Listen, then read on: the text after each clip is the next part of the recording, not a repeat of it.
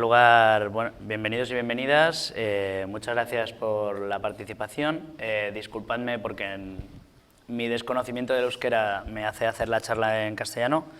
Y en primer lugar queríamos agradecer a las compañeras y compañeros de la organización, del congreso, de la logística, a las compañeras de limpieza, de la cocina y a todos vosotras y vosotros por participar en esta charla, y en especial a María Osorio y a Iñaki Gil de San Vicente y a Néstor Coan. Néstor Coan se va a ausentar de la charla por cuestiones médicas y por tanto dividiremos el tiempo entre Iñaki y María y breves intervenciones que haré yo como moderador. Bueno, en primer lugar, esta conferencia está basada en el libro Comunidad, Nacionalismos y Capital, pero la idea de la conferencia no es hablar del libro. El libro lo tenéis aquí y está en consulta, sino hablar de las discusiones que plantea el libro y que planteó ya Marx en el 19 y cómo se interpelan ahora mismo en nuestros pueblos, ¿no? En Euskal Herria, en los Països Catalans o en Galiza. Os haré una breve descripción de quiénes somos y por qué hemos sacado este libro. Bueno, yo soy Simón Vázquez, soy el editor de Bellaterra Edicions. Bellaterra es una editorial catalana que tiene casi 50 años de historia, fundada por un exiliado republicano antifranquista, y estamos especializados en ciencias sociales. Nuestro objetivo es abrir viejos y nuevos debates para la transformación de nuestras sociedades. Y en ese sentido, un poco la charla de hoy tiene la idea de poder abrir estos nuevos debates que son tan viejos como los propios textos de Marx, ¿no? Es decir, estos textos que hablan sobre las comunas agrarias en los pueblos incaicos, las comunas agrarias rusas, cómo nos atraviesan ahora mismo en debates que estamos teniendo en todas las militancias, en todas las luchas de nuestros pueblos. Para empezar, me gustaría comentar una anécdota real de la edición del libro. Este libro fue publicado hace unos años por la vicepresidencia de Bolivia, por el mismo Álvaro García Linera, con una introducción de Enrique Dussel, y después para la edición argentina ya se incorporó la introducción de Néstor Coan, y comentar la relación entre lo teórico y lo práctico. El libro, nosotros conseguimos los derechos y conectamos con vicepresidencia, cerramos el acuerdo. Como ya sabéis, los países latinoamericanos son lentos en estas cuestiones burocráticas. Cerramos el acuerdo una semana antes del golpe de Estado que le hicieron a Evo Morales. ¿Por qué digo esto? ¿Por qué resalto esta anécdota, ¿no? de que cerráramos el acuerdo? Porque el peor de los gobiernos latinoamericanos, el peor de los gobiernos progresistas, es la única garantía, el único garante de que puedan mantenerse procesos sociales y procesos comunitarios y procesos militantes que permitan transformaciones reales y profundas de la realidad. Este libro no podría haber sido posible si 2 semanas más tarde la vicepresidencia estaba en manos de la extrema derecha boliviana, de los cruceñistas, etc.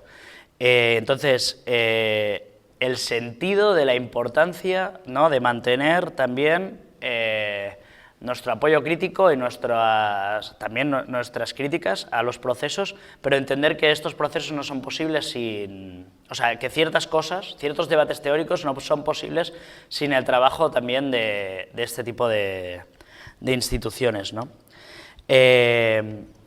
Como sabéis, el libro se basa en 3, y haré una pequeña introducción al libro también, son 3 textos de Marx, un primero sobre una crítica al proteccionismo o sobre el debate de proteccionismo y librecambismo, ¿no? Después sigue con unos manuscritos previos a la edición del Capital, en que sitúa la cuestión de la producción y la transformación del dinero en capital, que es donde después desarrolla y transforma toda la cuestión de la cuestión que desarrolla después en la edición del primer libro de Capital. Y por último, que en el libro es el primero, en el 79, el Cuaderno Kovalevsky, o conocido como Cuaderno Kovalevsky, donde Marx nos habla de la comuna rusa y también de la comuna andina, y donde sitúa por primera vez esa cosa que ha sido como ocultada por parte de ciertos marxismos, de donde Marx sitúa la posibilidad de avanzar en Rusia directamente de la comunidad precapitalista al socialismo sin pasar por el desarrollo capitalista. Y yo creo que aquí es una de las cosas que entrará en discusión y que tenemos que pensar hasta qué punto nos son útiles o no nos son útiles o son adecuadas a nuestras sociedades, y en qué elementos aquello comunal saliendo de las posiciones más post y neo del marxismo, de lo común y de los comunes, aquello comunal pueden servir para aglutinar fuerzas y construir las bases o los embriones de lo que pueden ser las nuevas sociedades o de lo que puede ser otro modo de producción, ¿no?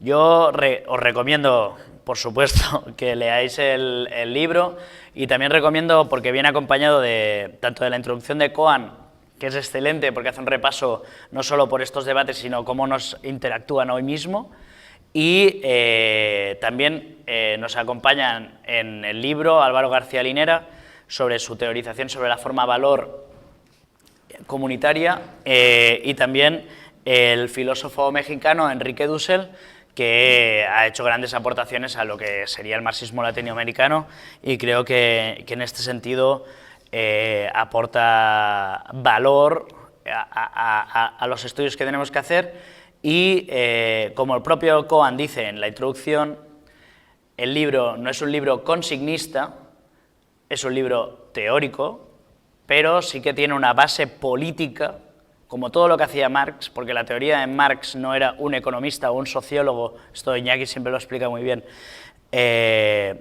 burgués, sino que era un tipo que todo lo que escribe, todo lo que desarrolla y todo lo que piensa lo hace para la práctica política, para la transformación social y en diálogo y a favor del movimiento político real existente en las fábricas, en las calles, en las escuelas, en los institutos, etcétera, ¿no? Y bien, empezaremos con Iñaki, voy a presentarlos a los dos. Iñaki, como ya sabéis, tiene poca presentación, militante abertzale de histórico, y María Osorio desde Galiza, que nos intervendrá online, que es militante independentista gallega, y forma parte de la asociación de base Rente ao Couce, espero haberlo dicho bien, y vive en la comarca de Os Ancares y está trabajando a nivel agrícola. Para mí es un orgullo y un placer poder presentar y poder hacer este debate con Iñaki, que nos conocemos desde la militancia juvenil en Cataluña, y con María, que no nos conocemos en persona, pero que hemos estado en las cadenas y en las luchas en defensa de los presos y las presas independentistas gallegas. Y para mí es un orgullo y poder estar en esta mesa, y de nuevo excusar a Néstor, que está pasando por situaciones médicas complicadas y que hoy no nos puede acompañar ni que sea online. Y con esto doy palabra a Iñaki, que nos hablará desde aquí. Arratsaldeon denori. Zoritxarrez nire txapa erderaz izango da, zeren nire euskera pizka txarra da, orduan, gero kritika, galderak eta dena gero euskeraz egingo dugu. A ver, el libro que publicó Bellaterra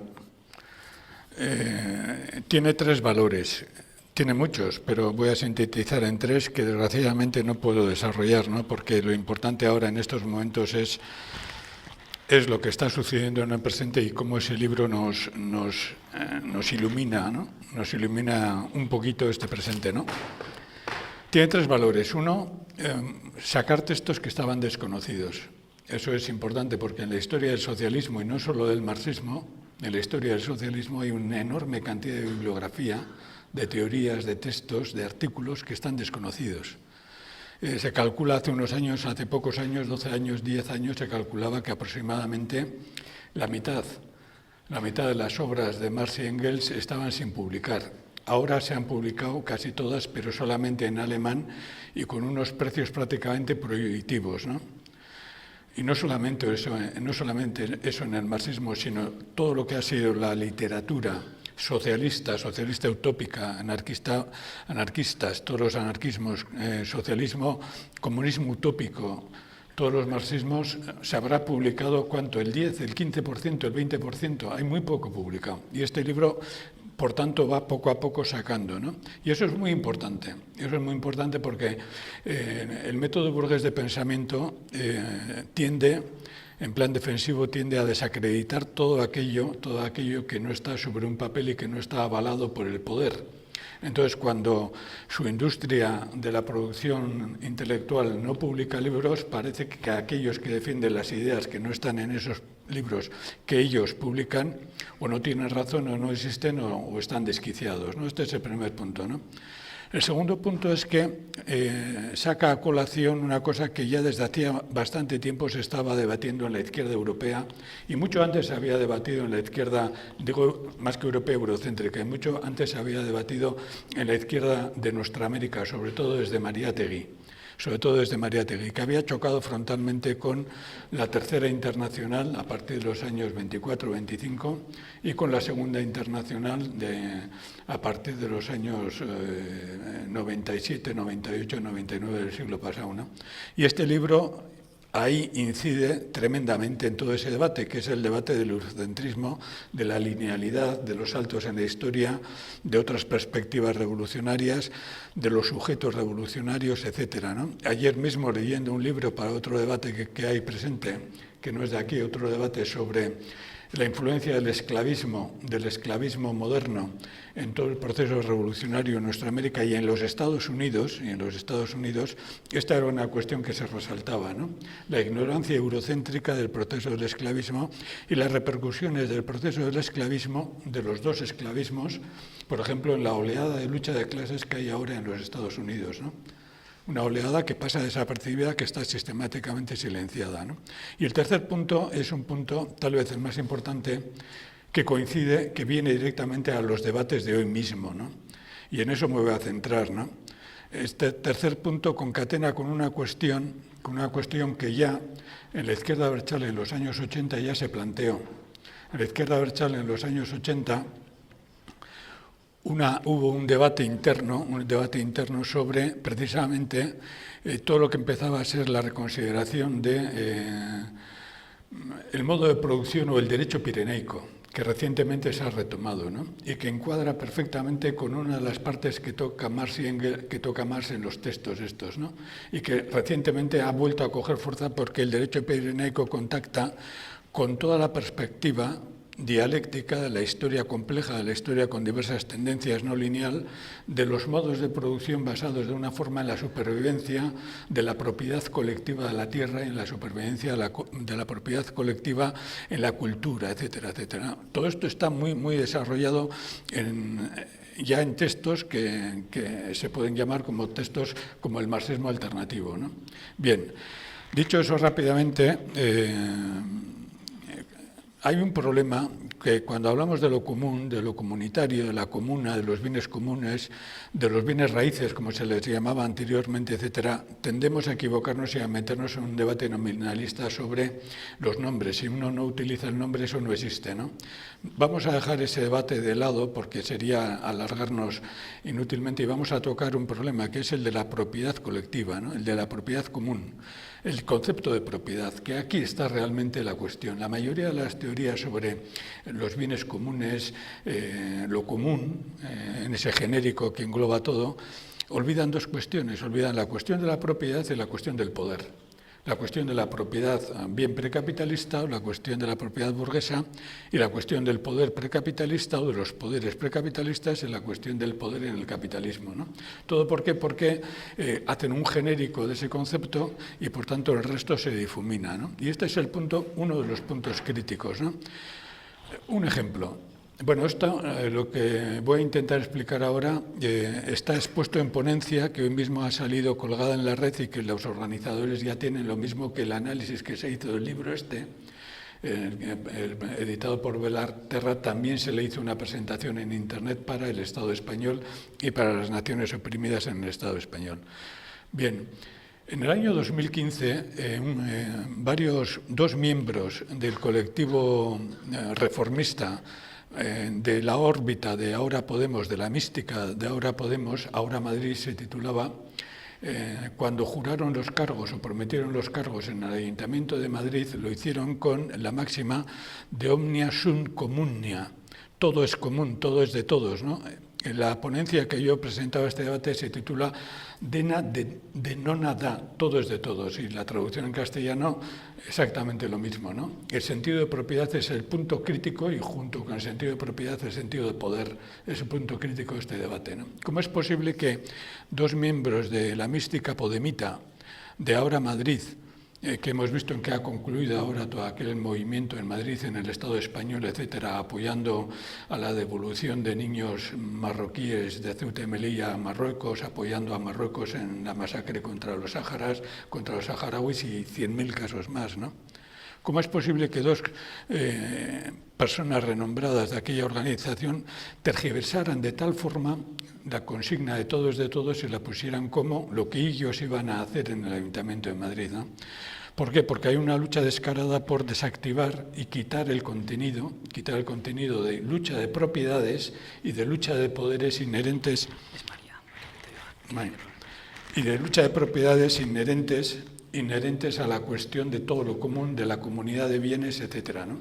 Este es el punto real. ¿Cómo lo hicieron? Lo hicieron previamente una desactivación de todo el contenido revolucionario de la propiedad de la tierra comunal, de la propiedad de los bienes comunales, de la propiedad de la tierra, básicamente, ¿no? A partir de ahí, y eso se hizo en un contexto en el cual había todo un lanzamiento del abstracto de lo común, de lo genérico de lo común, el libro de común de Dardot y Laval, el libro de postcapitalismo de Mason, todas las teorías o hipótesis, todas las utopías sobre la economía del bien común, que proliferaron desde finales de la década de 2010, incluso antes de la década de 2010 hasta ahora, ¿no? Y en ese contexto se utilizó ese término, ¿no?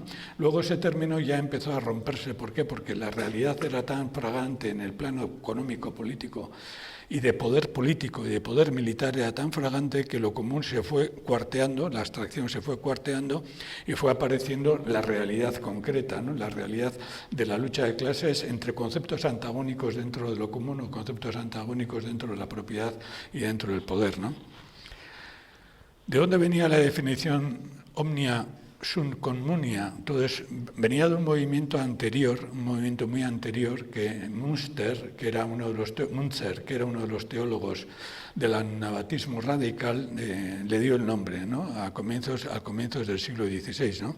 Y de ahí eso retomaba toda una tradición de luchas anteriores y le daba un impulso revolucionario que luego se fue planteando en todo el exterminio de la guerra campesina, en todo el exterminio de las revoluciones burguesas, en la liquidación de todos los movimientos comunales, etc. Y junto con eso se dio otro proceso, ¿no? Junto con eso se había abierto, quiero decir, todo el campo para todas las modas para todas las modas, muchas de ellas que ahora han revivido con todo el negacionismo, para todas las modas, digamos, postestructuralistas, postmarxistas, etcétera, etcétera, ¿no? Eran nebulosas de discusión que permitían a gente que se reivindicaba de la izquierda estar colaborando directamente con la dominación española, y eso se vio a partir de cuando se creó el gobierno conjunto entre el PSOE y Unidas Podemos, ¿no?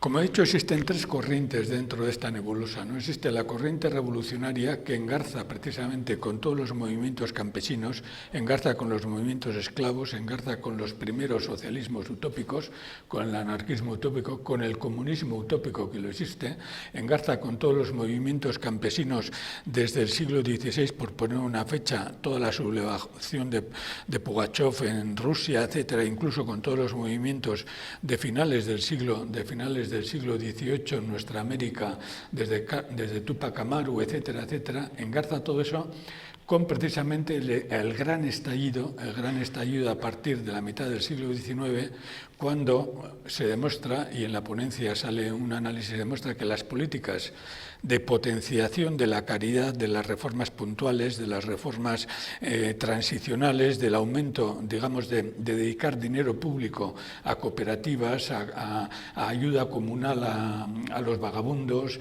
a crear sociedades controladas por el Estado, el colbertismo, etcétera, etcétera, todo esto no sirvió de nada, ¿no? Polayi tiene un texto en la Gran Transformación, hace una referencia a cómo desde 1690 y tantos hasta 1558, justo un año antes de nacer, 57, justo un año antes de nacer Owen, se había dedicado una enorme cantidad de dinero en Europa a todo lo que entonces todavía no se llamaba movimiento por lo común atado al Estado, entonces simplemente era movimiento para suavizar los problemas de la conflictividad social generados por la pobreza, por la masacre de las tierras comunales de los campesinos, las enclosures, etcétera, etcétera, y Polanyi hace un análisis de eso diciendo que eso no sirvió para nada, literalmente no sirvió para nada. Un siglo y pico, 160 y tantos años de dedicar dinero desde esa perspectiva que ahora llamamos de ese reformismo neokeynesiano, ya estaba entonces funcionado, y Polanyi dice que no sirvió literalmente para nada, ¿no? Precisamente fue en 1857 cuando comenzó una de las grandes crisis, hasta entonces la peor del sistema capitalista, que obligó a Marx y a Engels a recambiar y a transformar toda la estructura que habían hecho sobre los borradores del Capital y a profundizar en un problema que esto de los comunes en el sentido reformista tiene límite, que es el problema de la depauperación. La depauperación absoluta y la depauperación relativa, ¿no?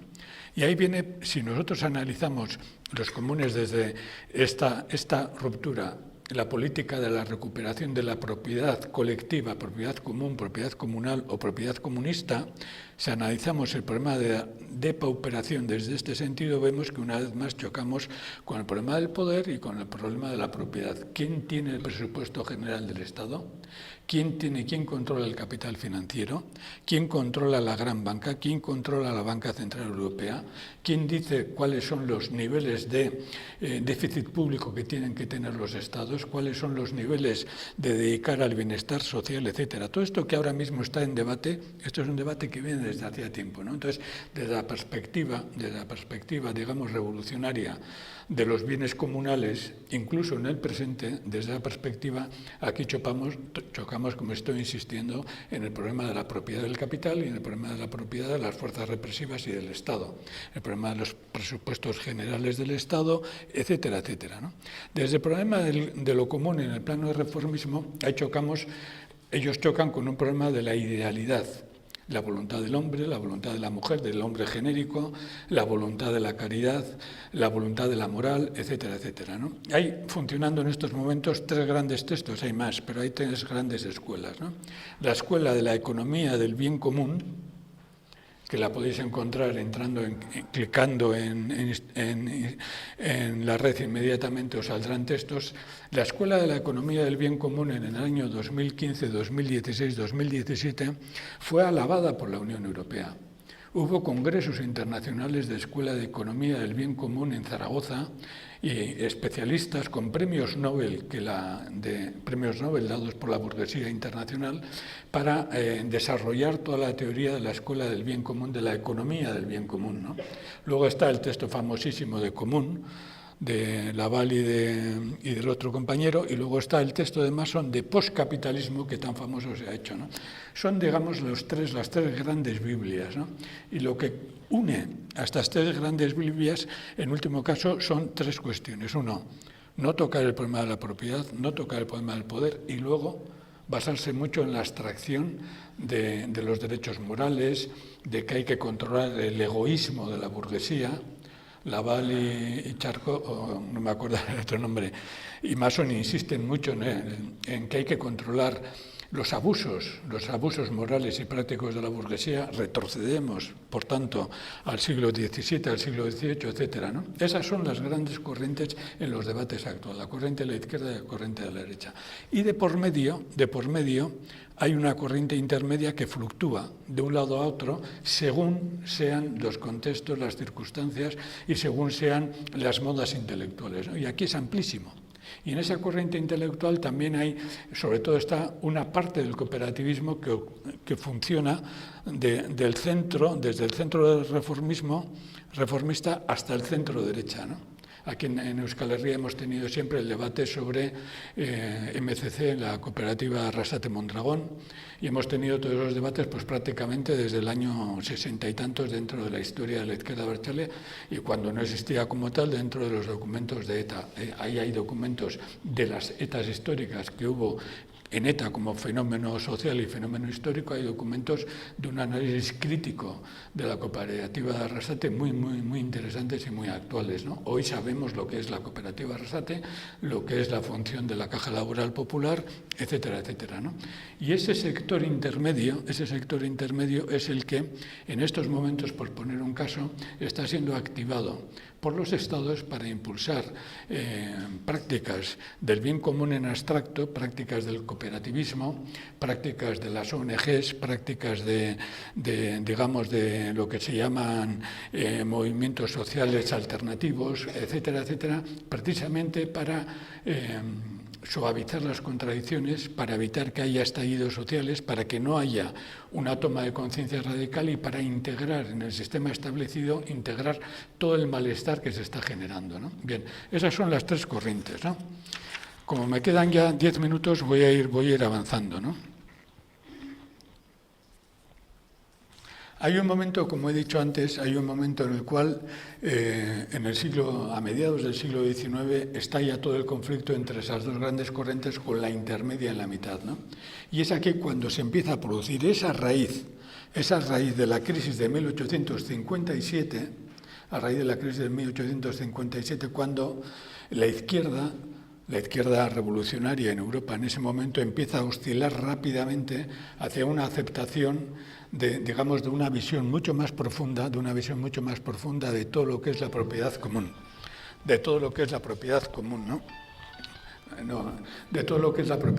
¿no? Hay un caso, por ejemplo, en 1847, en los borradores de lo que sería el Manifiesto Comunista, hay un ejemplo muy claro, y es cuando Engels hace un párrafo enorme sobre las relaciones de la propiedad común, de los bienes comunes, etcétera, con el modelo comunista. Y a partir de ahí vendría luego, al cabo de un año, vendría el Manifiesto Comunista, ¿no? ¿Eso qué plantea? Plantea precisamente cómo ya entonces hubo un esfuerzo desde la izquierda. Ese esfuerzo llega con los cuadernos sobre los modos de producción a plantear una cosa que luego voy a tocar. ¿Cuál es la relación que hay entre la propiedad comunal y algo tan elemental para los pueblos como es su complejo lingüístico-cultural? En los análisis, en los borradores de Marx sobre las formaciones económicas precapitalistas, sale una frase que es contundente. La lengua es el ser comunal que habla por sí mismo, antes de la ruptura impuesta por la propiedad privada. Esta expresión, esta concepción de lo que es el ser comunal, no roto por la economía mercantil, no roto por el dinero, que habla por sí mismo, es de una trascendencia política para las naciones oprimidas en estos momentos frente al poder político del capital y sobre todo de la industria mediática, de la industria cultural, es de una trascendencia del copón porque saca a colación la relación que hay entre la propiedad colectiva, la propiedad comunal, y la propiedad privada, la propiedad del dinero, y cómo eso rompe la cultura, la lengua, la autoconciencia de la gente, pero no solamente eso. Por ejemplo, está analizando toda la dinámica en África y en otros sitios. Samir Amin tiene una concepción de cultura que es demoledora, cuando plantea, por ejemplo, que la cultura es la forma de administrar los valores de uso, Todos debiéramos saber que una cosa es el valor de uso y otra cosa es el valor de cambio, ¿no? La definición de la cultura como la forma de administrar el valor de uso rompe literalmente con el concepto de culturilla o con el concepto de cultura burguesa, porque nos retrotrae directamente a lo que explicaba antes de esa concepción comunal del lenguaje como valor, digamos, como el ser colectivo que habla por sí mismo y como un ser colectivo que habla sin tener en cuenta el valor de cambio y tener en cuenta el valor de uso. Y si la cultura es el valor de uso, la administración del valor de uso quiere decir que cultura y lengua corresponden a una propiedad comunal material y simbólica, material en la producción y reproducción y simbólica en la producción cultural. Y si ya que hemos metido el concepto de reproducción, eso nos viene precisamente a otra cuestión, a la cuestión de las relaciones afectivas de la especie humana como tal, ¿no? A lo que en la ponencia se toca lo que se define la derrota de la diosa, ¿no? Que precisamente coincide en todo este momento. Cuando la propiedad comunal o las formas comunales o las formas colectivas o las formas de comunismo primitivo de propiedad se rompen, cuando eso sucede, en el Paleolítico, en el Mesolítico, el Neolítico, cuando eso sucede, simultáneamente se sucede lo que se llama la derrota de la diosa. Y por tanto ya tenemos las tres grandes constantes que eso marca toda la lucha de clases y toda la lucha de los pueblos desde entonces en sucesivas fases, ¿no? Esta teorización se empieza a hacer a partir de que la izquierda socialista revolucionaria en Europa empieza a tener conciencia de los problemas que hay en la dominación colonialista, toma conciencia de la rebelión de los indios de 1857, toma conciencia de la crisis de 1857, toma conciencia de la rebelión del pueblo argelino de 1830, toma conciencia de la rebelión del pueblo polaco, del pueblo irlandés, que eran dos pueblos que tenían grandes extensiones de tierras comunales, etc. Y a partir de ahí se organiza ya toda una reflexión interna, que luego sería cortada y que este libro refleja muy bien, sería cortada o derrotada o silenciada dentro de todo el pensamiento de los marxismos sucesivos. A partir de ahí todo eso que va creciendo hasta llegar realmente a la reflexión de finales del siglo XIX con el problema de la comuna rusa. Pero no solamente es el problema de la comuna rusa, porque en los análisis de Marx, aparte del problema de la comuna rusa, están los análisis de la resistencia de China, de la resistencia de India y la resistencia de otros países. Cualquiera que lea los textos de Marx y Engels sobre anticolonialismo, aparte de que ahora diría que inmediatamente los hubieran llevado a la cárcel, porque son de una dureza increíble, son de una justificación descarada de lo que ahora se llama terrorismo, una justificación descarada, hay textos descarados justificando por qué las masas chinas entran en los barcos de los europeos y los matan literalmente a todos, pero descarado, es decir, tal y tal. Quien lea todo eso ve que en el fondo lo que hay es un análisis de que hay diversos niveles de existencia de lucha de clases según qué modos de producción y que todos están recorridos por determinadas constantes. Que en unos modos de producción esas constantes adquieren una forma, en otros modos de producción adquieren otra forma y en el capitalismo, en la fase colonial, adquieren esa forma. ¿Qué vendrá luego? Luego vendrá con la fase industrial del capitalismo esa forma de luchas de los pueblos, pega un salto tremendo a la lucha antiimperialista, ¿no? Y aquí los análisis que se producen desde comienzos del siglo XX, comienzos del siglo XX, desde Hobon, Hilferdin, etcétera, y ya es imposible entender esos análisis sin tener en cuenta la resistencia a las propiedades comunales precapitalistas en la evolución del sistema capitalista. Los análisis de Marx en el manifiesto, por ejemplo, sobre el impacto del esclavismo africano en el desarrollo del capitalismo, sobre el impacto de la destrucción de las comunas de la India para la industrialización en Gran Bretaña, de las masacres, de todo eso, hoy son análisis dados ya totalmente, por cierto, excepto por la ideología burguesa, ¿no? Bien, llega un momento en el análisis del imperialismo, llega un momento en el cual ahí surgen claramente dos tendencias. Surge la tendencia que niega el imperialismo, que es la tendencia socialdemócrata, donde está Kautsky, donde está Bernstein desde el otro extremo, y Kautsky dice que no existe lucha interimperialista porque existe un solo superimperialismo. Y por tanto, ya como hay uno, luego esa teoría la desarrollaría Negri, Hare y otros más, como solamente hay un imperialismo, un superimperialismo y un solo gobierno mundial, los pueblos oprimidos no tienen más alternativa que ir aceptando esto. Y en estos debates salen cosas que la izquierda abertzale ha tenido que sufrir. La Segunda Internacional, por ejemplo, se negó a que los países colonizados o los países antiimperialistas tuvieran organizaciones revolucionarias propias y propuso que esas organizaciones revolucionarias propias estuvieran dirigidas desde Berlín o desde los congresos de la Segunda Internacional. Hasta ese nivel de negación de la historia real se estaba produciendo. Luego eso se expresó, por otra parte, a partir de los años 20, finales de los años 20, en la Tercera Internacional, etcétera, etcétera, ¿no? ¿Cuál era la otra perspectiva que había? La otra perspectiva era la perspectiva de plantear efectivamente que existía otra experiencia, que era la relación de las propiedades precapitalistas, de las propiedades comunales precapitalistas en el proceso revolucionario socialista. Y aquí Lenin tuvo una influencia mucho más destacada de lo que se ha querido reconocer. Y en la ponencia que se pasa precisamente una cita de todo eso. Hay un texto que para muchas de las personas que defienden ahora la visión abstracta de los bienes comunes sería interesante decirlo, rescatarlo, que también está en la ponencia, que es en el momento álgido de la guerra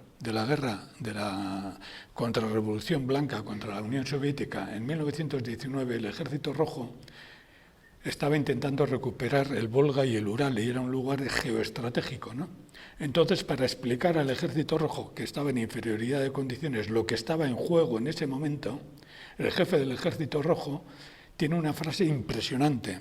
Le dice: compañeros, compañeras, aquí está en juego no solamente la revolución, aquí está en juego quién es propietario del sol, quién es propietario del cielo, quién es propietario de todo, quién es propietario de las casas, de los palacios, quién es propietario de las ciudades.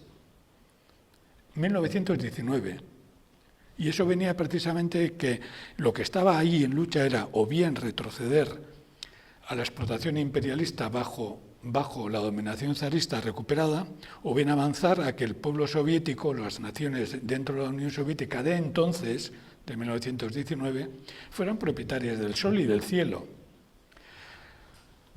El 99,99% de los movimientos ecologistas que en estos momentos hay, y de los movimientos de todo el bien común, de todo esto, cuando se les plantea que el sol y que el cielo están en juego en un proceso revolucionario, se echan a temblar.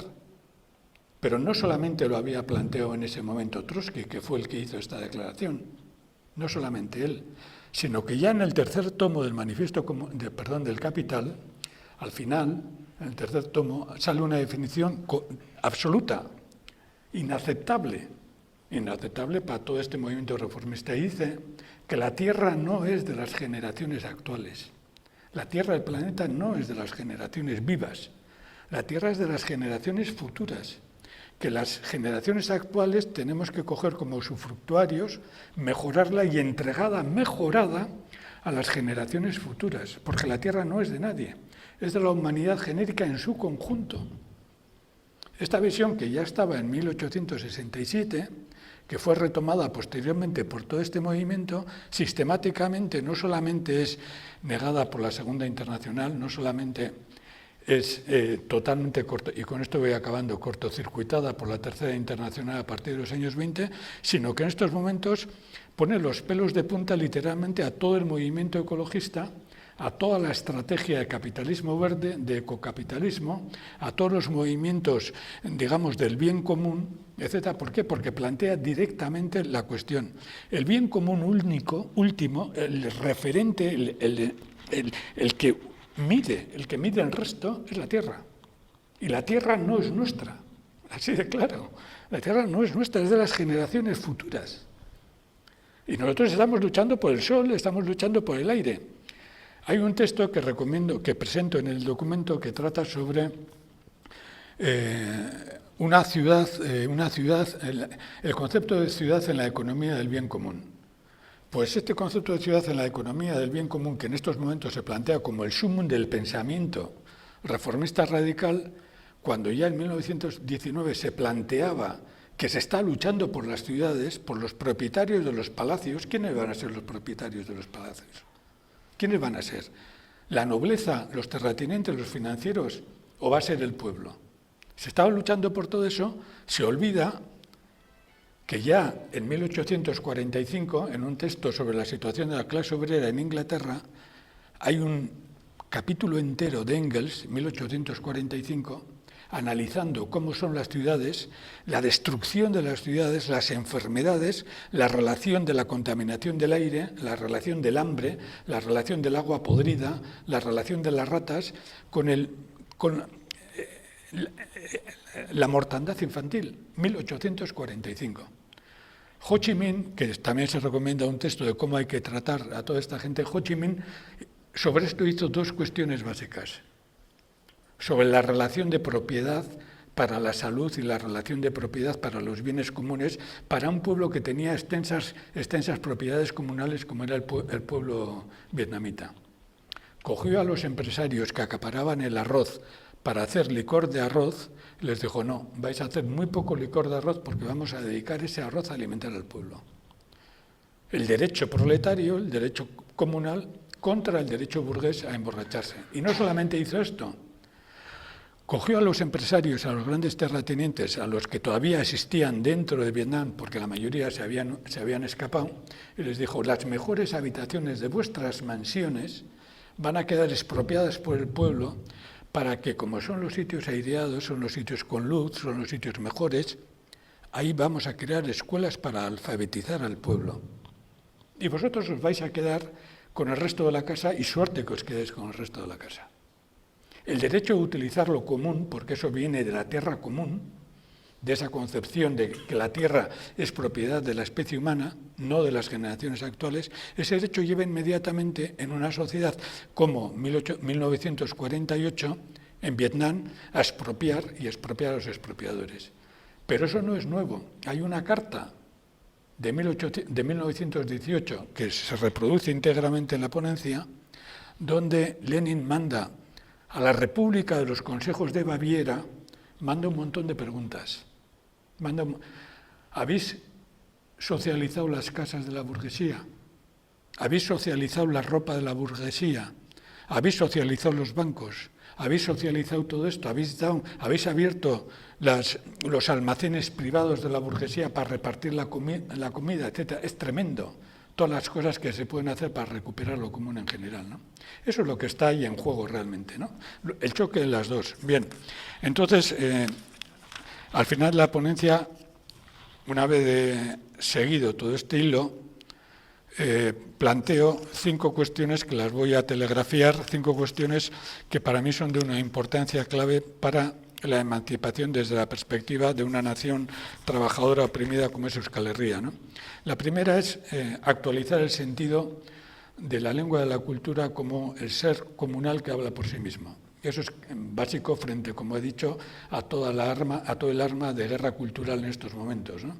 Un arma de guerra cultural que la acabamos de ver en esa película que le han dado el premio del Festival de Cine en Donostia, ¿no? Hay una guerra cultural y una de las formas de intervenir en esa guerra cultural es reivindicar y ejercitar y llevar a efecto que el complejo lingüístico-cultural vasco es el complejo que históricamente corresponde a la producción que el pueblo vasco hizo hace miles de años cuando era un pueblo que vivía sobre tierras comunales.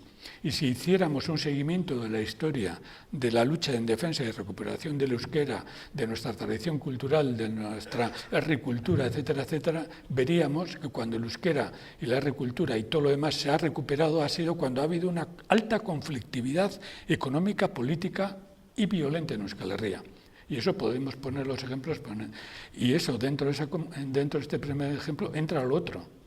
Dado que estamos hablando de un proceso de producción y reproducción, tenemos que ver también el complejo sexoafectivo, la emancipación de volver a una concepción de la vida, de la salud, del placer, de la dignidad, de la felicidad, que está totalmente negada por la economía capitalista.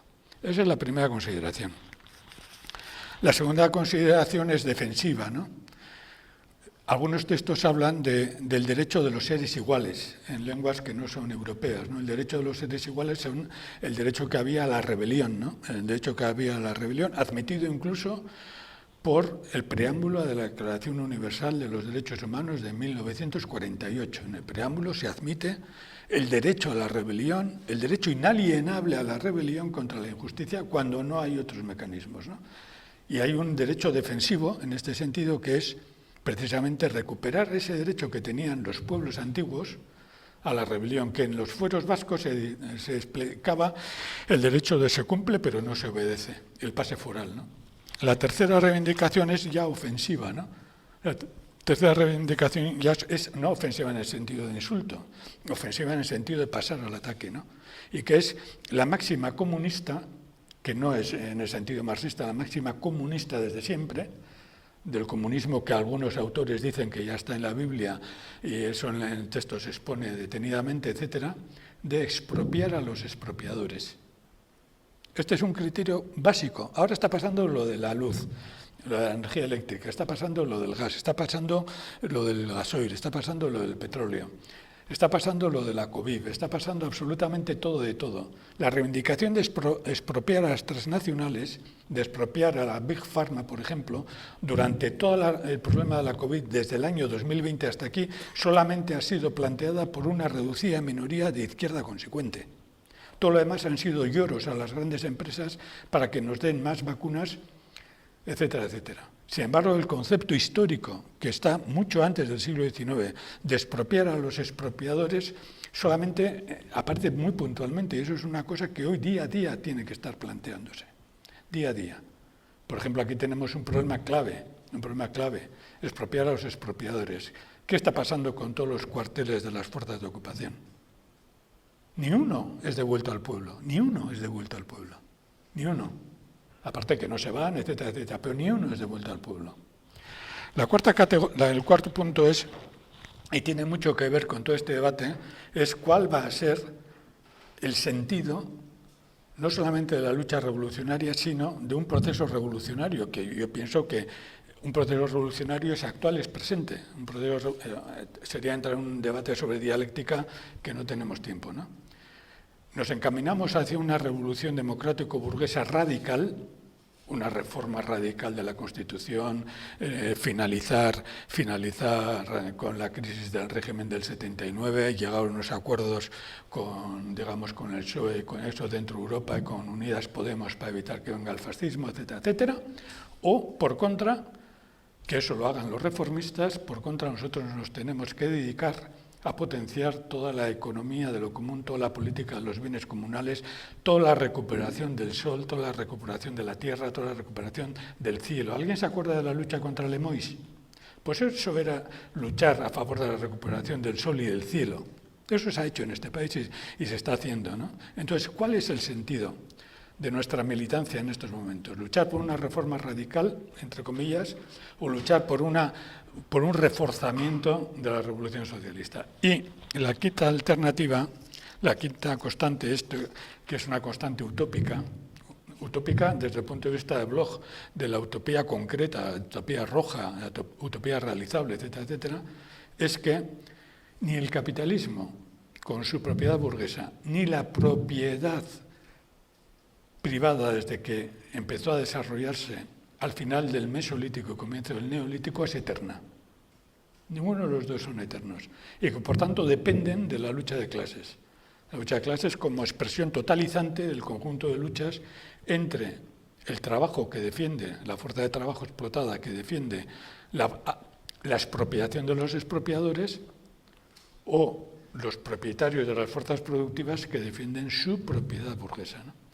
Esto es lo que determina en última instancia, y para las naciones oprimidas todavía mucho más, determina en última instancia el diario hacer, desde la perspectiva que hay que recuperar la visión comunal del complejo cultural, el complejo lingüístico, el complejo artístico, el complejo simbólico, etcétera, etcétera. Todo eso hay que recuperar desde la perspectiva de que hay derecho al tiranicidio.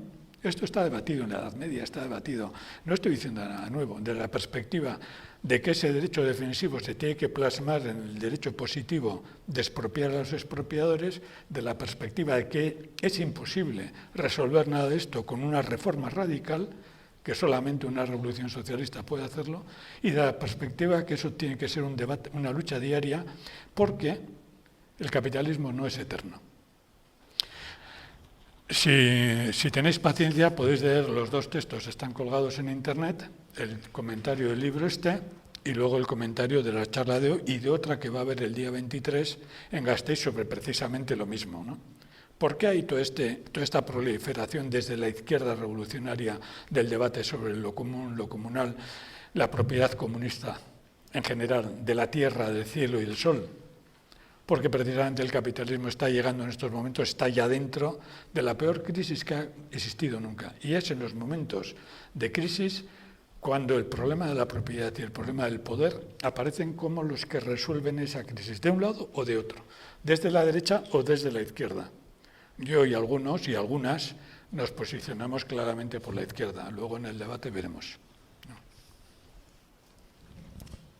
Muchas gracias, Iñaki. María, adelante. Buenos días. En primer lugar, agradecer pues la oportunidad de estar hoy con vosotros y con vosotras. Me hubiera gustado mucho estar ahí presencialmente, un poco por hacer un pequeño chiste. Si estamos en contra, que estoy, del teletrabajo, pues también tendría que estar un poco en contra de la telemilitancia.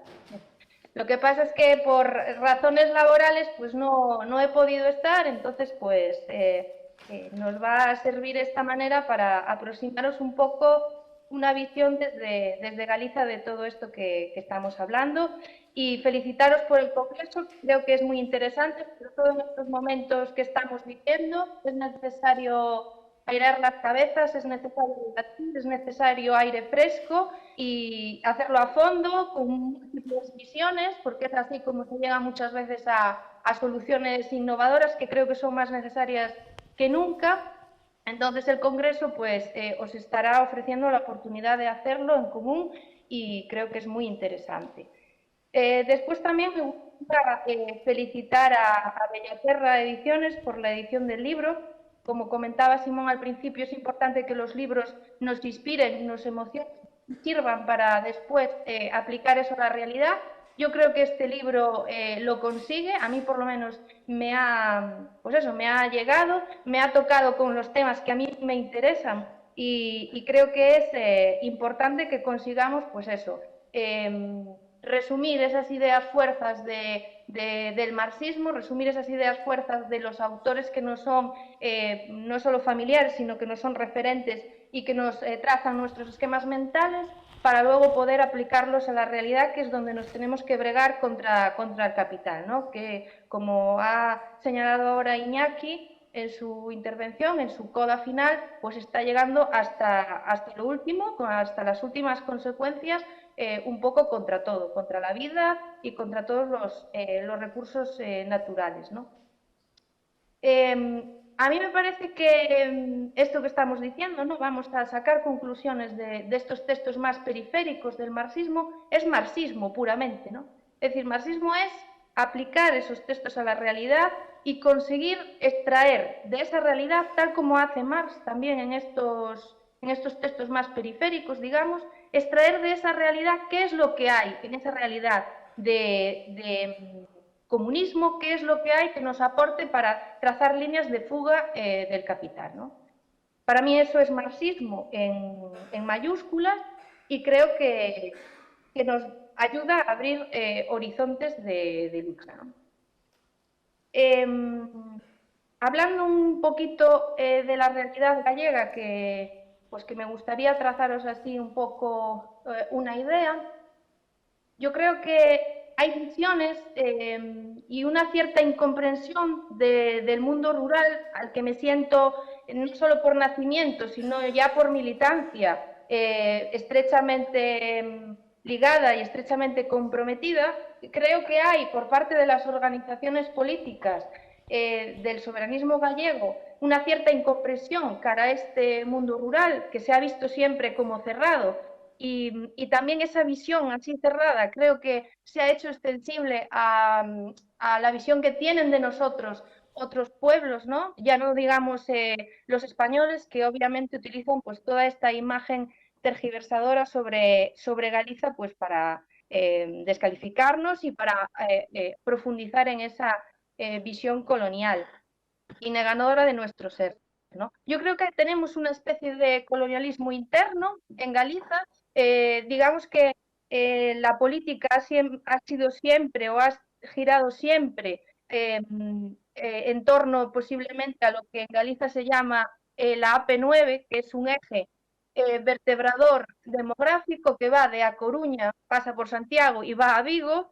y por lo tanto, digamos que la toma de decisiones a nivel político y a nivel, pues todos los niveles económicos y sociales se produce en este ámbito, y un poco el resto como que no es que no existamos, pero no pintamos mucho. Entonces, yo sí que creo que sucede pues que hay como una especie de pues toma de distancia con respecto al mundo rural en las organizaciones políticas, y muchas veces las personas que no somos de ámbito urbano nos hemos sentido un poco como que no encajábamos mucho en algunas cuestiones, porque la cuestión del rural gallego, que Galiza, obviamente, como todos sabréis, ha tenido siempre una tradición y un peso de campesinado bastante importante, pues normalmente ha sido bastante obviada en la historia.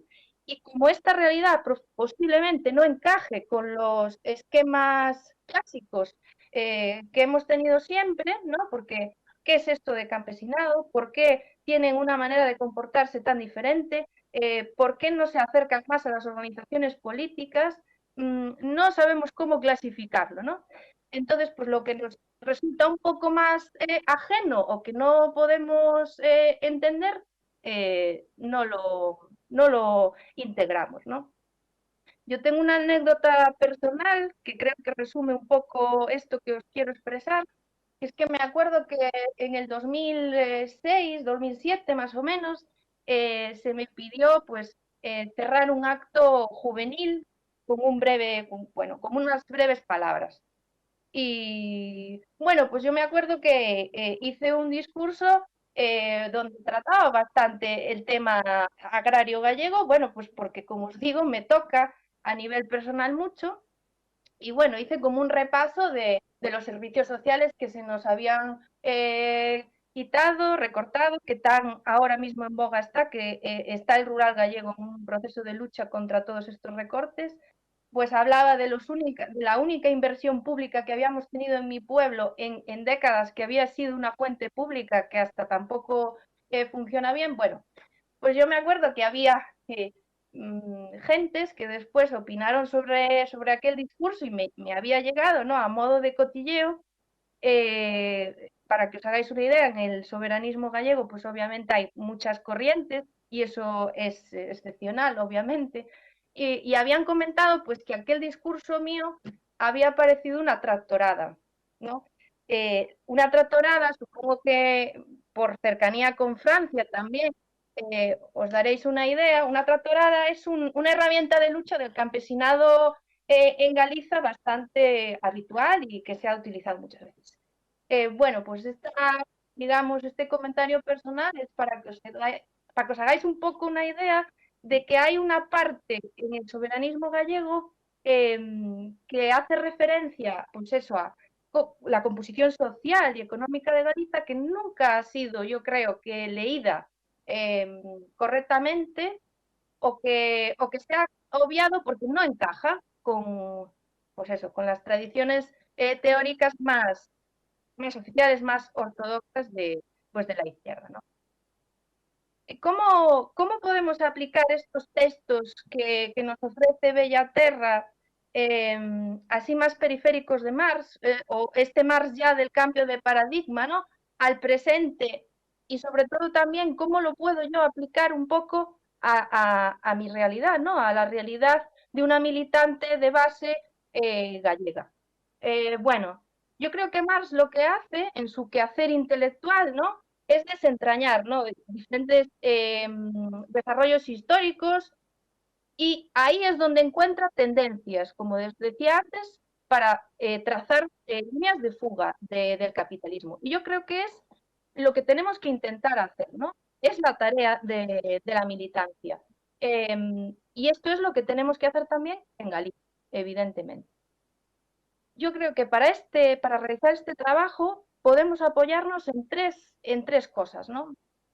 Primeramente, creo que debemos entender la tradición, que yo creo que es la base de toda comunidad, de una manera un poco más flexible y no como algo estático, ¿no? Sin mitificarla, pero también sabiendo entender las partes emancipadoras que tiene, ¿no? Un poco en la línea de la economía moral de la multitud de Thompson, ¿no? Es decir, en la tradición hay elementos como la gestión de lo común, digamos, una desconfianza hacia las élites, eh, códigos propios que a lo mejor no se hacen entendibles, que nos pueden llevar a trazar pues, elementos, a recoger esos elementos positivos, ¿no?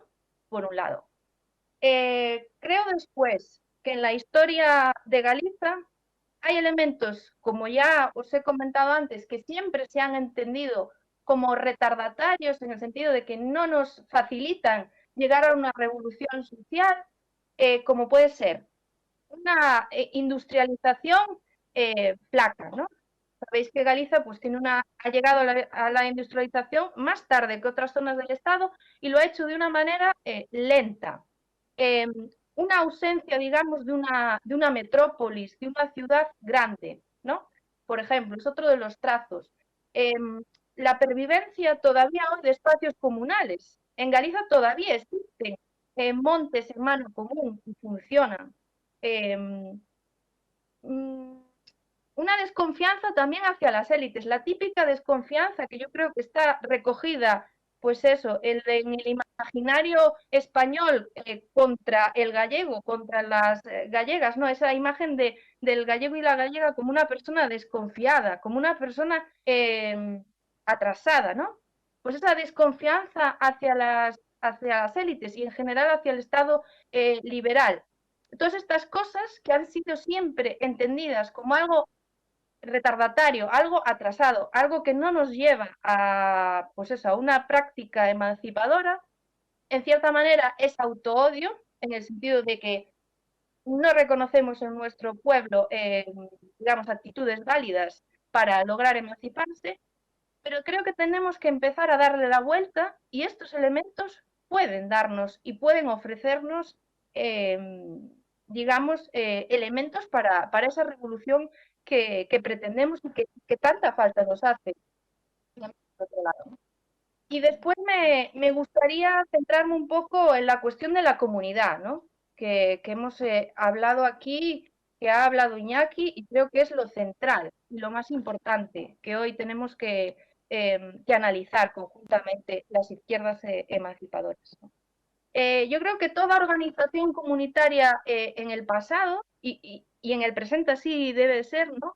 Se asienta en tres pilares fundamentales y es por eso que el capital los ataca con tanta dureza y con tanta inquina, ¿no? Por un lado, yo creo que está la gestión y el uso de la tierra, eh, y que en Galicia esto se contrapone pues a la ruptura de esa unión que hay entre la casa campesina, la gestión del monte y la agricultura, que el último hachazo que se le ha dado a esta unidad ha sido pues, el proyecto modernizador franquista, que ha separado esa unidad y por lo tanto, al separar esa unidad, ha dejado vía libre para la entrada masiva pues, de usurpación de tierras y también para la entrada masiva que estamos viendo ahora en el presente de empresas que privatizan el territorio, ¿no? Esta gestión y este uso de tierra lo ha señalado antes Iñaki también y yo lo puedo ejemplificar con palabras de mi padre y de mi abuelo y también en los textos editados por Bellaterra y Marx así lo habla, ¿no? No es propiedad privada, ni yo no soy propietaria de la tierra y mi padre no es propietario de la tierra. Mi padre siempre dice, estas tierras no son propiedad mía, estas son de la generación que viene después.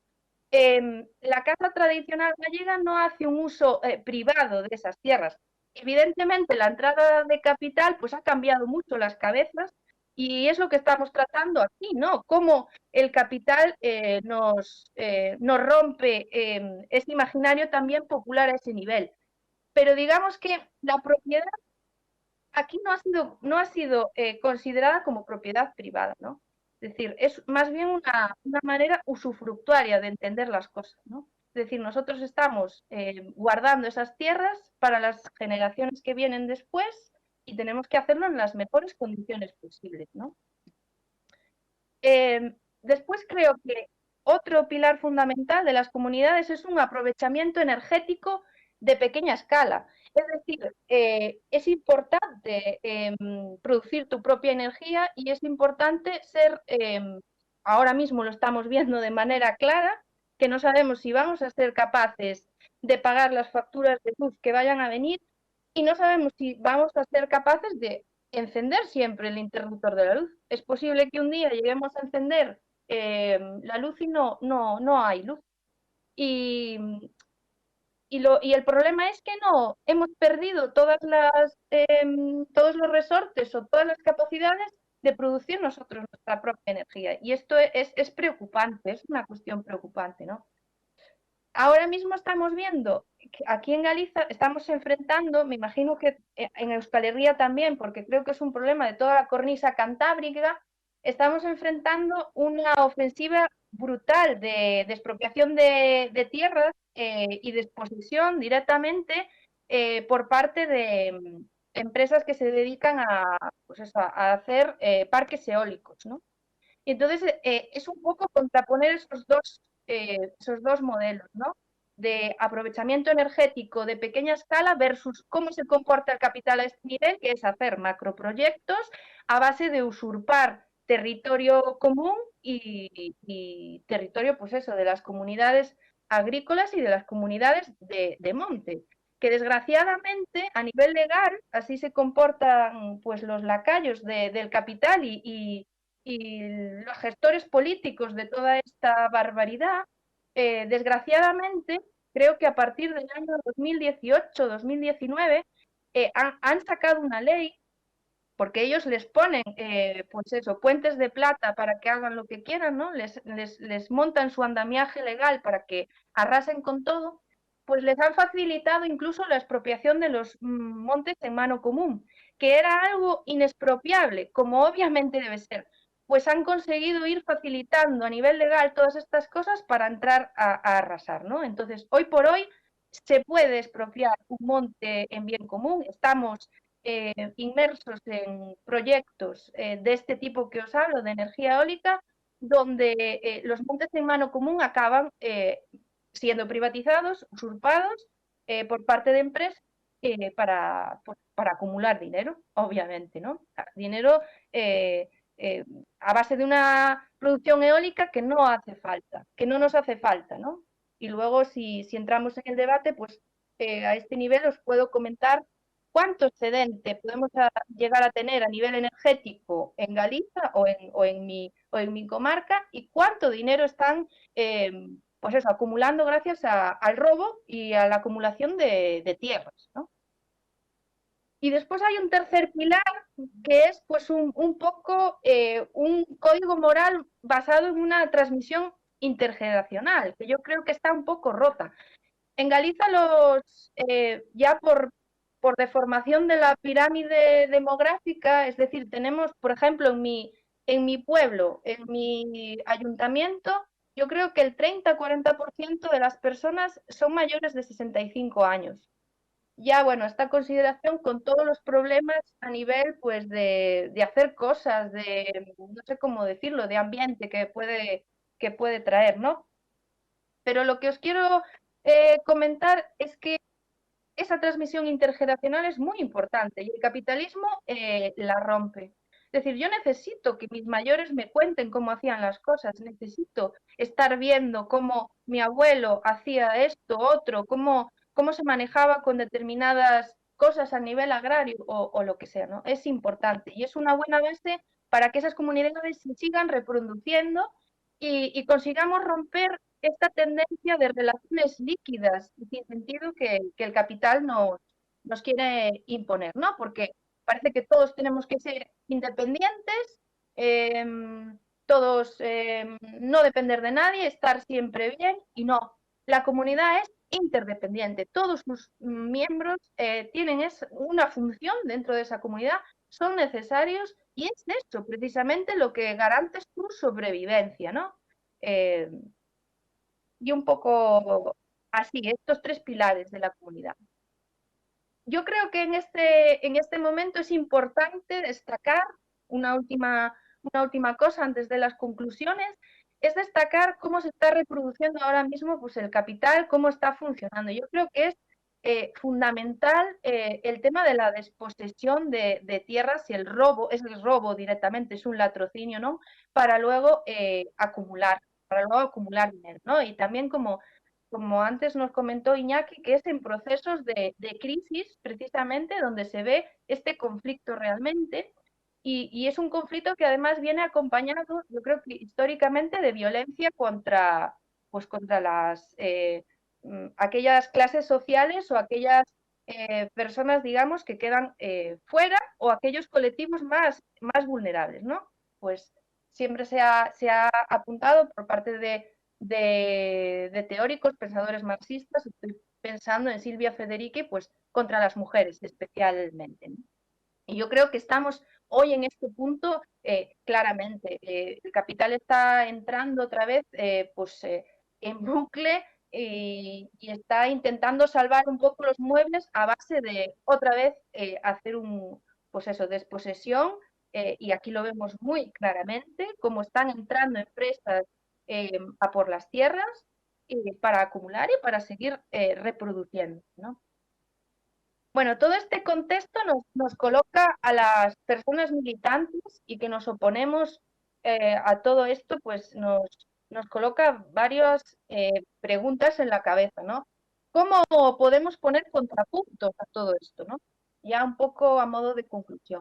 Bueno, eh, estos son aportaciones de tipo personal, y cada uno podemos llegar a la conclusión pues que más nos apetezca. Ojalá apuntásemos bien y fuésemos finos para conseguir que todo esto se paralizase, y para conseguir caminar cara a una, digamos, pues revolución social que tanta falta nos hace y que tan importante sería.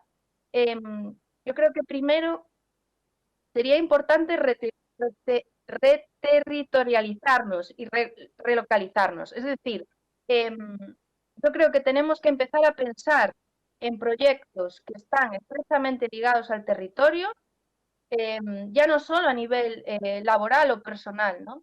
Muchas veces hay personas que por sus circunstancias personales no pueden optar a una cosa así, es verdad, ¿no? Pero también hay opciones de repensar las relaciones ciudad-campo, ¿no? Y es importante tener un espacio físico para poder desenvolver tu proyecto vital, y yo creo que ya a partir de ahora, en breve, los proyectos políticos incluso, ¿no?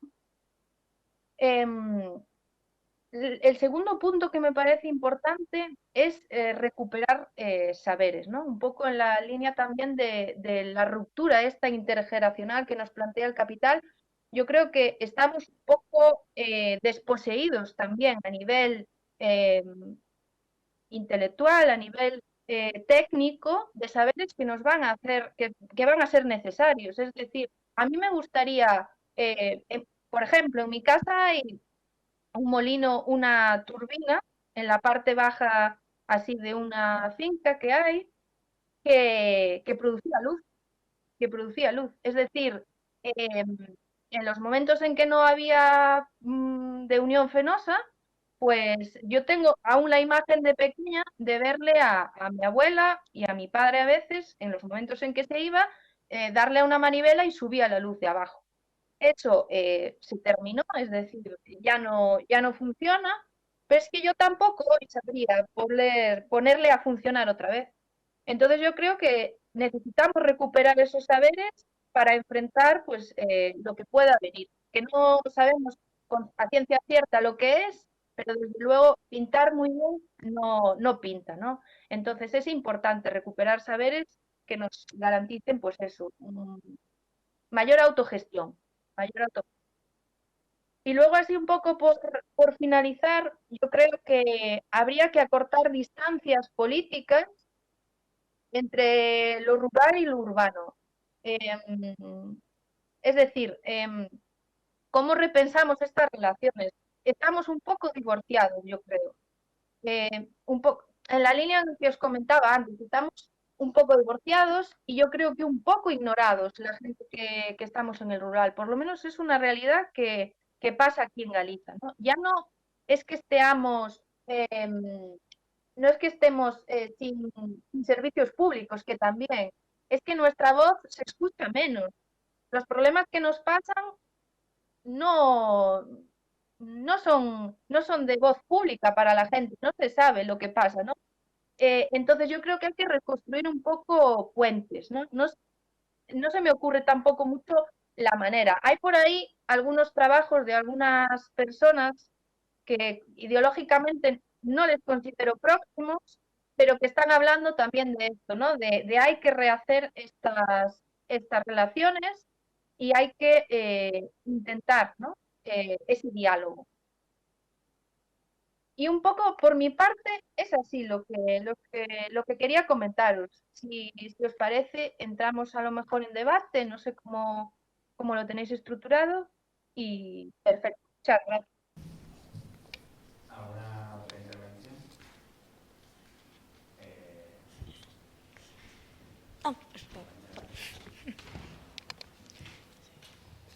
Vale, bueno, Eguerdión, a ver, yo quería hacer un inciso, no es una pregunta, es un inciso a María sobre lo que ha dicho de las comunidades.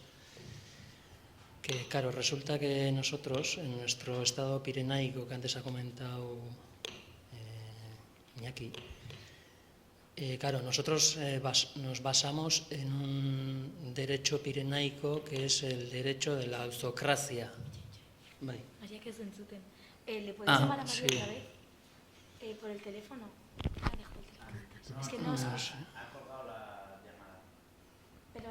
¿Le podéis llamar otra vez? Si le podéis llamar otra vez. Sí. Bueno, continúo.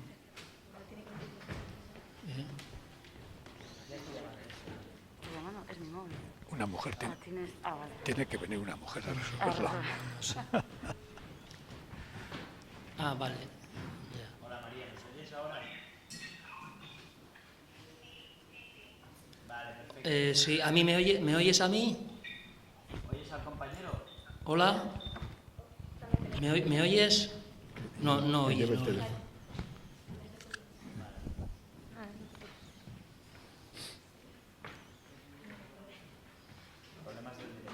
Sí. A ver. Baina chico. A ver, a ver, hola María, no sé si me oyes ahora. Ahora te oigo, sí. Vale, ahora me oyes bien. Estaba comentando que yo no voy a hacer una pregunta, sino que quiero hacer un inciso, o bueno, sobre lo que tú has comentado de las comunidades, ¿no? Que nosotros, los vasquitos o vascos o lo que sea, venimos de un derecho pirenaico, de un estado propio que nos ha sido usurpado, conquistado, colonizado, etcétera, etcétera, etcétera, y que en ningún lado se reconoce eso, pero está así. Entonces nosotros hemos tenido nuestra propia soberanía basada en la autocracia. ¿Qué es la autocracia? Vale, pues la autocracia es lo que se está hablando aquí, que es la democracia comunal, pero llamada de otra manera. Entonces, nosotros, dentro de nuestra estructura jurídico-política de los valles, que es la nava, se ha apagado esto. No quieren que se oiga lo que diga yo. Ella te está escuchando, ¿eh? Un momento que... Vale, no sé por qué bueno, se- te voy a seguir comentando. Dentro de la política, o sea, de la estructura jurídico-política nuestra de la nava, de las navas, que quiere decir el valle en euskera, es nava. Navarra quiere decir el del valle. Entonces, y no es una provincia, es un estado ocupado. Entonces, la Diputación de Vizcaya y de Guipúzcoa nos dice que Erkidegoa es la comunidad. Otra vez se ha jodido esto. Andan los jesuitas aquí detrás. Bueno, voy a seguir, que se ha estropeado el micrófono. Estará sin batería. Orduan, esaten nun, erkidegoa no es comunidad, erkidea es el que pertenece a la tierra, es decir, todos nosotros pertenecemos a la tierra, gu gea herriaren kideak, que es lo que decía un poco María, ¿no? Que ellos también en Galicia no son dueños de la tierra, sino que, o sea, nosotros no tenemos comunidad privada, o sea, nosotros la pertenencia a la tierra, herriaren kideak izatea, es algo que nos viene del paleolítico, del neolítico o no sé de cuándo.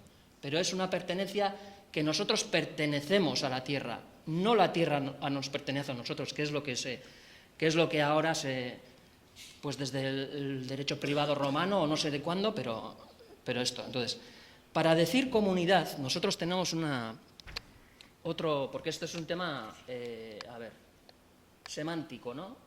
Es un tema de nombres y tal, que también es un tema que nos quieren imponer, pero nosotros tenemos que entender que lo que nos dicen no es ciertamente verdadero. O sea, que... Entonces, dentro del tema semántico, claro, auzoa, que es comunidad, realmente es auzoa, porque auzoa tiene dos sentidos. Tiene el sentido de que es la vecina, pero vecina en sentido la dueña de la casa, y también tiene el sentido de comunidad. Entonces, bueno, y ya está. Entonces, erkidegoa, que es lo que nos quieren decir la Diputación, que es una comunidad, erkidegoa no es una comunidad. Erkidegoa somos nosotros, nosotras, que somos las que pertenecemos a la tierra, porque herria es tierra, y pueblo es Uría, y ciudad Iruña, o Iriña, o Irún, o lo que sea, pero pueblo es Uría, y herria es tierra. Entonces, erkide quiere decir el que pertenece a la tierra. Vale, nada más, eso era lo que quería decir. Vale, nos estamos quedando No sé, sin batería. María, no sé, María, ¿me has oído bien? Sí, sí, Ah, sí. vale. Vale, un momento. ¿De quién es el teléfono?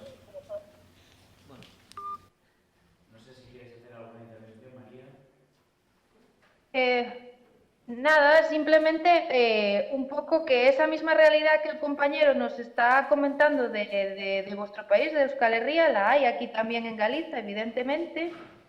Lo que pasa es que nosotros tenemos, yo creo que mucho menos desenvolvido el estudio de nuestro derecho propio, que sí que existe, pero que todavía no está totalmente descubierto ni puesto, pues eso, en valor.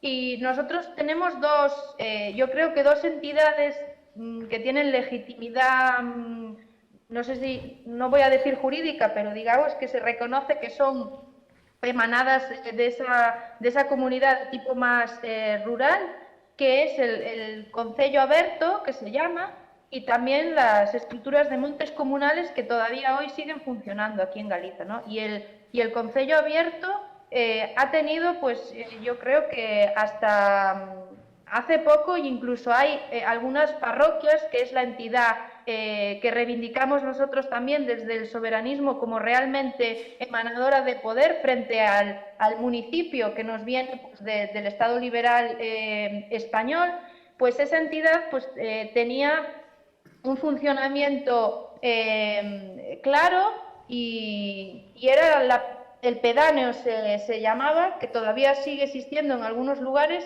pero ya vaciado totalmente de contenido de poder, es decir, ya no tiene capacidad de decisión, ¿no? Es algo que ha quedado, pero sí en su día trataban en igualdad de condiciones a las instituciones y eran emanadores de poder, ¿no? Yo creo que es un poco la línea que tenemos que seguir, que os comentaba antes, que de eso todavía conservamos, a pesar de que ha habido una ruptura generacional muy grande. Aquí se suele decir que ya no existen campesinos como tal, es decir, yo, por ejemplo, si hago una comparativa entre lo que era mi abuelo, que ya no vive, ¿no?, lo que es mi padre, que se ha dedicado toda su vida profesionalmente al campo, y lo que puedo ser yo, ¿no?, esas tres generaciones, pues han habido unos cambios absolutamente brutales. Es decir, mi abuelo todavía era el continente de todos estos saberes. Mi abuelo sabía exactamente lo que tiene que hacer en el parto de una vaca, sabe cómo hay que hacer para que un manzano dé 2 clases de manzanas. Esto mi padre lo ha perdido, mi padre es hijo, digamos, de la Revolución Verde franquista, ha empezado a introducir en su manera de trabajar pues una serie de cosas que nos desconecta con ese saber comunal, con esa manera de hacer las cosas que está interligada con el territorio. Y después está mi generación, que ha perdido pues esos 2 pasos anteriores y que no sabemos, yo creo, muy bien todavía lo que somos ni a dónde vamos, pero tenemos oportunidad de establecer todos estos vínculos que nos van a posibilitar, yo creo, enfrentarnos al capital de una manera, nunca mejor dicho, con los pies en la tierra, que creo que es muy necesario hoy en día. Muchas gracias. Para cerrar, me gustaría hacer un comentario que me lo ha pedido Iñaki, muy rápido. Año 2021 celebramos el 500 aniversario de las revueltas de las Germanías que tuvieron lugar en Valencia, en Cataluña y en Mallorca, o sea, en el conjunto de los países catalanes, y que no vencieron porque las tropas castellanas entraron por el sur de Tarragona y dividieron a las tropas de las Germanías. ¿Por qué destacar las Germanías? Las Germanías fueron la primera revuelta, o la última revuelta del mundo moderno, o la primera revolución social europea, mientras tenemos el recuerdo de Engels escribiendo sobre las guerras campesinas en 1521, cuando son contemporáneas unas con las otras, y son las primeras revueltas antimonárquicas, donde sitúan una superación de la monarquía por un gobierno de las ciudades y que se juntan, igual que el anabaptismo de Münzer, en ese cristianismo apocalíptico que rompe con la Iglesia, ¿no? Entonces, por eso quería recordarlo.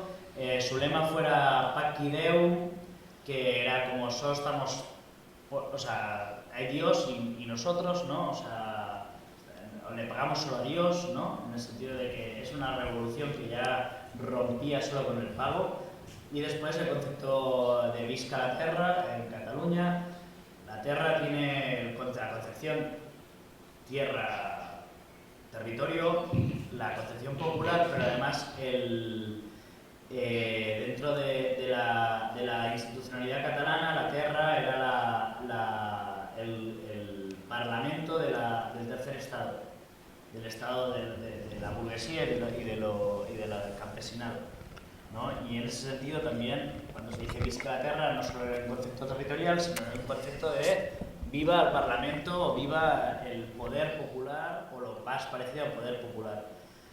Yo quería hacer una última intervención en este sentido, en el que en los países catalanes nos encontramos con un continuum urbano, una conurbación, que básicamente son 3 conurbaciones, que es Barcelona, Valencia y Alacant, que conjunta con la conurbación de Murcia, y subconurbaciones que están vinculadas a... Entonces, aunque sí que hay procesos comunales en los Pirineos, de tierras, elementos, yo creo que el gran debate, o nuestro gran aporte a nivel de luchas sobre los comunes y sobre lo comunal, ya no está tanto en la tierra o en la propiedad de la tierra, sino tanto en la propiedad de lo urbano, en la propiedad de las viviendas, en la propiedad de los centros sociales, en la constitución de instituciones populares, en la creación de un humus de esas, como en los años 20 en el norte de Italia, ¿no? Que construyeron el Partido Socialista y el Partido Comunista, esas instituciones populares, esas cámaras del laboro, nuestros ateneus, nuestras casales, nuestros centros sociales, nuestras cooperativas, nuestros espacios de consumo propio, y nuestras recuperaciones también de lo rural, pero siempre entendiendo que no hay una separación campo-ciudad ya en Cataluña ni en el País Valencià, y aprender de una situación muy clara. Valencia es la única ciudad en todo el Estado español y seguramente en gran parte de Europa que se puede alimentar con la producción de su huerta, y eso creo que tiene que ser un ejemplo del modelo que están arrasando, es decir, cada vez hay menos, ¿no?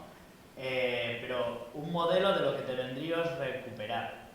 Nosotros no tenemos separación campo-ciudad, hay un continuum urbano con campo, con algunos territorios, parques naturales, pero no. Entonces, nuestra idea es cómo integramos lo rural, cómo integramos lo agrícola en ese continuum urbano, porque el cambio climático y los retos del futuro nos van a situar. Y cómo construimos un pensamiento de lo comunal, ya no dentro de lo comunal, como aquellas tierras de los Pirineos y las pocas cosas que existen, sino cómo se combina comunal, cooperativo, propiedad pública y los conflictos que supone, ¿no? Es decir, y unos, a mi entender, fetiches de lo comunal que pueden ser problemáticos y pueden llevarnos a creer que ciertos servicios que lo público está dejando de desarrollar pueden desarrollarse desde lo comunal, lo cooperativo, que es una forma de privatización y de exclusión de lo público, que al final es lo nuestro, lo de todos, ¿no? Y lo que tenemos que hacer es avanzar desde lo público, pero no olvidar que vivimos en sociedades estatales, vivimos en sociedades de la Europa occidental y en el caso, por ejemplo, nuestro de Països Catalans, totalmente urbanizadas, totalmente continuum urbano con urbación y que nuestra lucha de clases tiene que desarrollarse en estos... O sea, que nuestro MST son los sindicatos de vivienda y nuestras luchas, nuestros movimientos tienen que estar estructurados de otras formas adecuadas a nuestras formas de convivencia, de lucha de comunidad. Y que nuestra comunidad es el sindicato, es el Ateneo y es el partido o el movimiento. Y en ese sentido tenemos que trabajar en esa línea. O sea, también aplicar Marx en nuestras propias, incluso el Marx comunitario, el Marx del libro en nuestras realidades. Y bueno, muchas gracias a participar, a María, a Iñaki, el placer estupendo de poder estar en esta sala con vosotras y bueno, y muchas gracias a los compañeros y compañeras de Congreso.